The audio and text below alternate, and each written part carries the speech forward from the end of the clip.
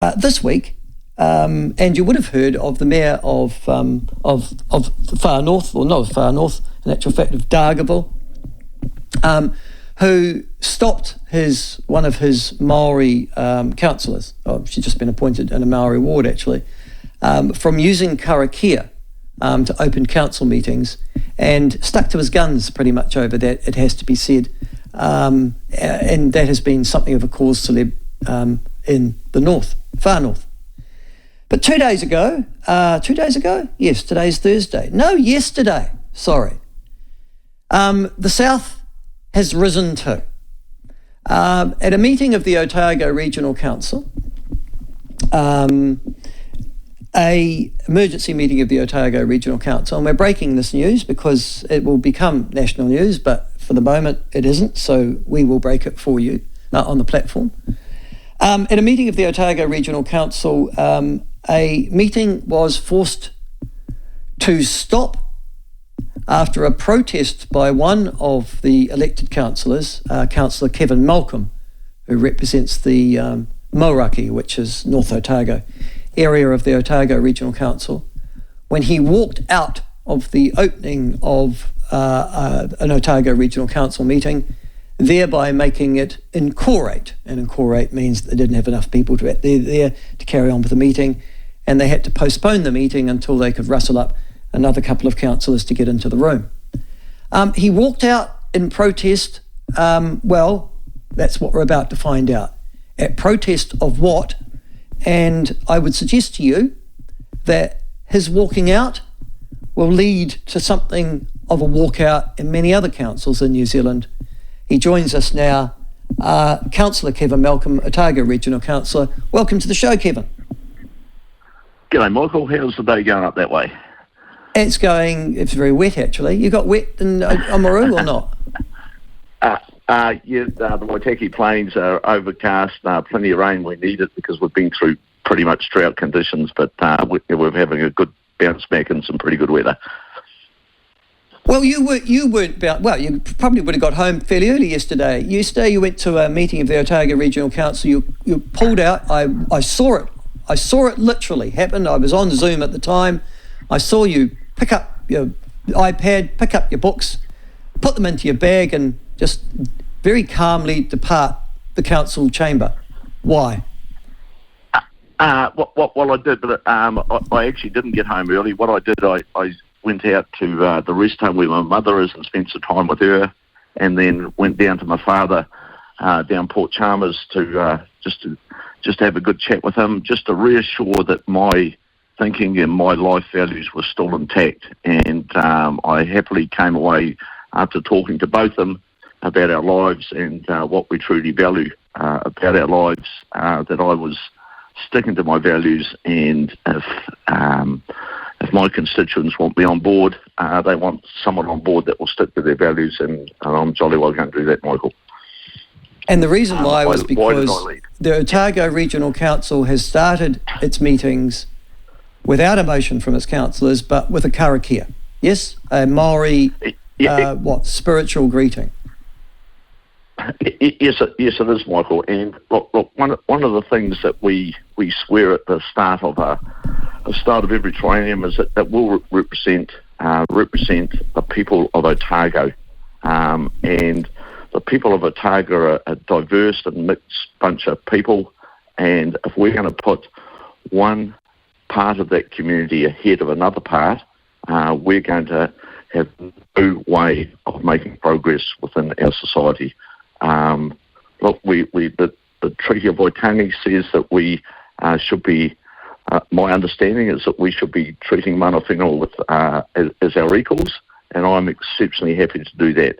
But when you have a partnership, if you treat one party of that partnership or give them greater benefit than the other part, your partnership will never work. And that's what I'm seeing on a daily basis, really, with the ORC at the moment, and I'm just not happy with that. Now, the karakia is something that's never been said before Otago Regional Council meetings before. Why has it suddenly arrived now that prompted your walkout? Right. Okay. It was forced upon us by our new chair, and this is certainly not a protest against the chair, but it's just the way it's done. And look, even if we come to debate and I lose that debate and we do start council meetings that way, I will not be present because they are not my beliefs. I firmly support supporting and treating as equal anyone, but I'm not going to put anyone ahead of anyone else. Simple as that. The Karakia is around their spiritual beliefs. I've got my spiritual beliefs, and why can't I start with mine? I don't, because we are there in a neutral position. And if we're going to start showing favour, and that's the whole premise of the RMA is and the whole premises of what we do is ensuring that you show no favour and that you treat everything on its merits. So it's just not right, Michael. I take it that you see a Karakia as a spiritual or as a religious statement. I mean, they are prayers or incantations after all. Are you suggesting that Māori have a special privilege that is not enjoyed by others, and that if you're going to have, for example, a Karakia to start a meeting, you may as well have the Lord's Prayer, some Hindu blessing, Buddhist blessing, I don't know, Hare Krishna could be there as well, and hello, here come the Gloriavale community. Is it the preference of one spirituality over another? Exactly, and that's calling destroying a partnership, and that's why historically, I mean, why aren't we actually standing at the start of a meeting and singing the national anthem? Now everyone says, "Well, I'm a nutter if I say that," but in reality, if we are going to go down that lines, it should be for everyone. Look, 20% plus of the community in Oamaru is Tongan or Pacific Islander. So why aren't we doing something to help them? So that's a huge portion of our population. Look, I've got no problem when we go down to the marae, or we have a meeting with our mana whenua to use a Karakia because they're part and present. But also we should be doing, if we have a meeting with our Pacific Islanders, we should be using their greetings. So I've got no problem with that, but I'm not. Our council meetings and workshops are neutral. Simple as that. All right. So in essence, you're saying it's wrong to start imposing a Maori spiritual greeting before a meeting. I have to say, one of the ironic things as I watched that meeting, Kevin, was it was a white man who was reading out the Karakia. He was clearly struggling with the Maori words. I didn't see any English translation there, so if you didn't speak Maori, tough luck. And there wasn't a Maori in the room, either as a staff member, a councillor, or as a member of the press. Look, really interesting, Michael. I spent, going back some years, I had the real privilege of being a radio commentator for the Heartland games for North Otago, all the home games. And one of the things that I prided myself on was taking the time during the week prior to the game to ensure that I pronounced all the names of the players from Poverty Bay, from East Coast, from Timaru, who was a huge, South Canterbury, who was a huge island population, and I would actually ring the coaches and ring the managers to find out how I was going to pronounce their names. So if we are going to do this, don't sit up the front and blither something out and put your head down as if you're not proud to say it. You should be saying with absolute aplomb and recognising what it is. But at the moment, this, to me, is very much a tick box exercise to try and reinforce a partnership. And to me, it's just, look, it's the first step is destroying it. And simple as that, really. Now, the interesting thing is that there is some history on here to do with prayers, for example. The Human Rights Commission I remember there was a protest by a councillor in Wanganui, actually. Solomon was his name. And he protested at the Christian prayer being said before council meetings because he said that it was introducing religion into secular affairs.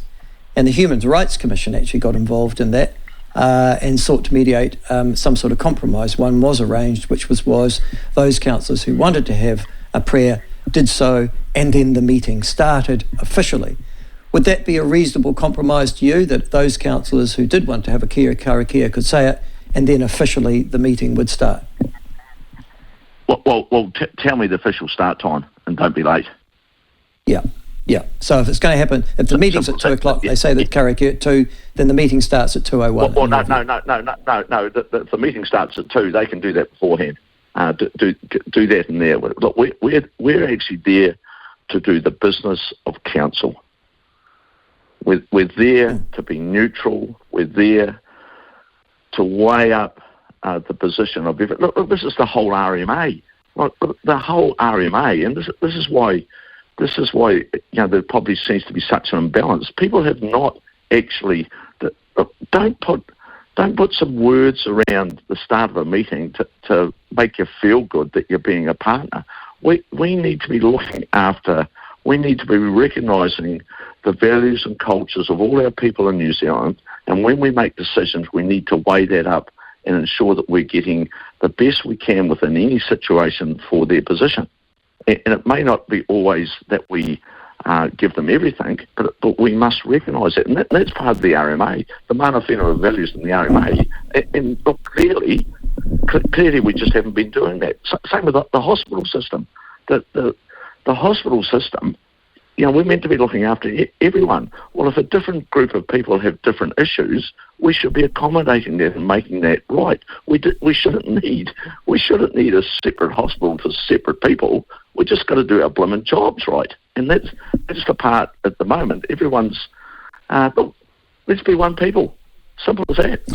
My granddad said to me, he said, "Keep going." Yep. No, I was just thinking, Nobby said, in respect of introducing the word nigger and getting into trouble with that, he said he didn't care and he was quite happy to take the sticks, and he knew that would be coming his way. Do you expect to get some criticism for your stance on this issue? Oh, look, I had it last night. I actually had it last night from a really good friend and said, well, listen, what does it really matter, Kevin? I said, well, it actually does matter, because do you want me to... Look, my family is absolutely mixed, right? It's absolutely mixed between Maori, Tongan and Kiwi, all right? So we're absolutely mixed. And this lady said to me, she said, Kevin, what does it really matter if you have a Karakia? And I said, well, what does matter is that I'm not actually representing all the people in my province. So is it okay then if I do a prayer in Tongan, one in Nuan, and I rattle off a few others? She said, well, yeah, you could do that. So how long do you want my meetings to go for, and what do you want out of me as a councillor? And so where do you draw the line? And so the best line is to be neutral and do your job properly.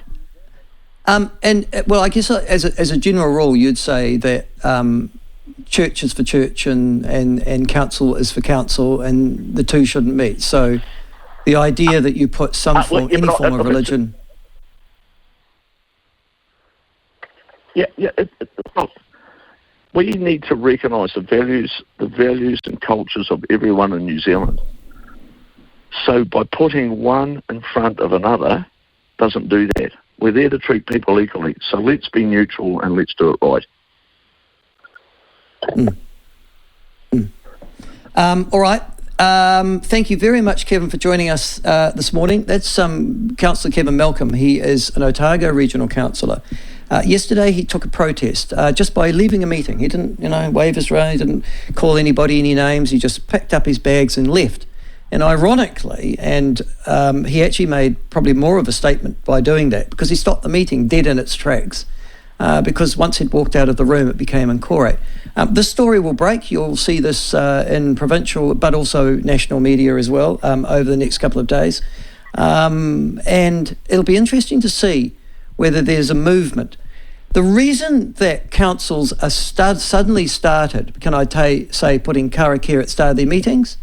Local government New Zealand, a bunch of woke wankers from Wellington. Boy, that sounds rolled off the tongue, didn't it? A bunch of woke wankers from Wellington have been suggesting that that's a good idea to councils throughout New Zealand as part of honouring the Treaty of Waitangi. But can I tell you that Karakia has nothing to do with the Treaty of Waitangi, and a whole bunch of usually elderly white people stumbling over Maori words, I would have thought also insulting just quietly to Maori. I mean, I could understand Karakia on a marae. I could understand Karakia if Maori or iwi or whānau were hosting you somewhere. I go to my Maori friends and they will often commence, for example, their evening meal with a Karakia in Maori. You're there, you're the guest, fair enough, when in Rome.